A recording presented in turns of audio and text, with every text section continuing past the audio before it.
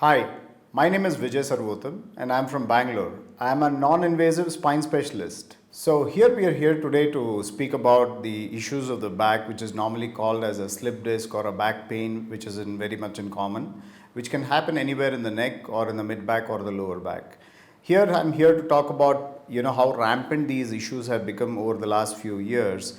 In globally, if you see in the US, they've already said that 80% of the people or the population suffers from back problems once in their lifetime, and that's mostly the adult population. And in India, it's also called as the years lived with disability. This was done by one of the famous journals in India. They published saying that in India also is catching up with this issue very, very fast.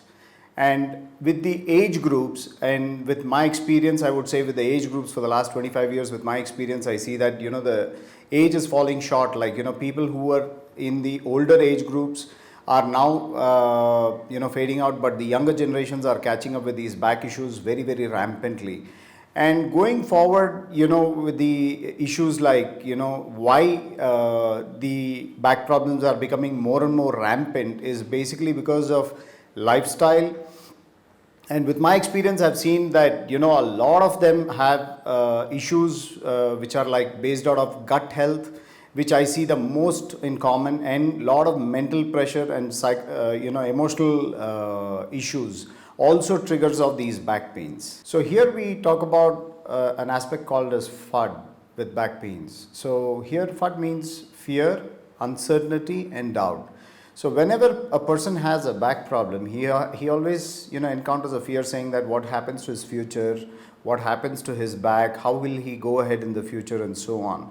And a lot of uncertainty gets created because there's so much of information which is available on the internet, and also a lot of suggestions which come from friends and relatives and so on. So one cannot decide what is the best for him, and leads into a lot of uncertainty. And also, going forward, then he starts doubting. The last aspect of it is the doubt. So whether the suggestion which I have got from these people, whether will it work for me, whether going forward in the future, will I be able to sustain with these things? How am I going to deal with the back problem? How am I going to lead my life? How am I going to get back to work? These are all challenges which comes with back problems, and this is what puzzles a person and also demotivates a person, in terms of his ability to work and perform at work or in the family life. So this is what the back does, or the back problems does to an individual, creating a lot of FUD aspect. And coming forward with my experience, coming forward with the modern approach, or I would say the medical sciences or the advanced medical sciences, is that it's a very beautiful system to recognize and to know what the issues are and what is the reason for the back problem. So whether the back problem is actually serious, or whether a person is really suffering from a back problem, or whether it's only a muscular issue, or what is the reason being behind this, is where the modern sciences comes beautifully in to recognize these conditions, which an individual can be sure that yes, I have this condition within myself. So we are traditional practitioners where the whole technique was handed down through generations, and though it was traditionally handed down through generations, we call our technique as MCT, which is muscle correction technique, or it's popularly known as Sarvotham's technique.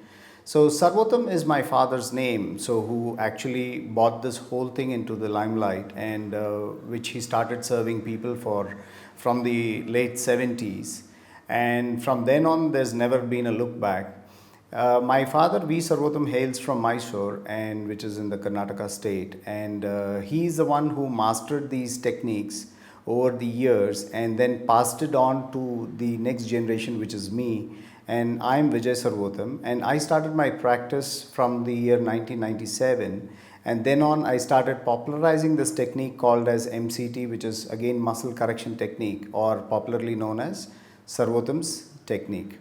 So it had been a very successful path as non-invasive spine specialists, treating issues with back and back problems, as popularly known as slip disc, or lumbago, or lumbar spondylosis, and so on. So in the year 2000, we were called by the president, Mr. K.R. Narayanan, who was in the office during that year, and we had to treat him because he had some other issues where medication was not a possibility with him. And so the best option for him was to go completely non-invasive and non-medicine based approach. So henceforth, the governor who was our client here in Bangalore, or the state governor, Mr. Khurshid Alam Khan, he recommended us to the president while in office, and then we had to fly down to Delhi and then treat him. And we were very successful in treating him, and did also maintain his entire episode of back issues and so on for about 2 years till he was in office. And then also we attended to the Prime Minister, Mr. H.D. Devegowda, what happens, what we do, and so on. So the muscle correction technique is nothing but, we use our hands and fingers to correct these muscles in a sequential order so that the muscle comes to a state of relaxation. So for all you know that this spine is like a railway bogie, or it's like a link chain. So each of the vertebral column is associated and attached, and it all works in a kinetic manner. So all the muscles which are involved with the spine is brought into a state of relaxation. By using an appropriate sequential pressure on these muscles, we achieve the relaxation of the muscles, and henceforth the pressure on the disc is indirectly reduced. So the disc diffuses in size and allows the person's pain to come down gradually and sustainably, more than anything sustainably. So more so we look into this therapy at about maybe 15 to 20 visits in a very initial stage, and then going forward if it is very acute, and it can go anywhere between 25 to 30 visits that an individual has to come.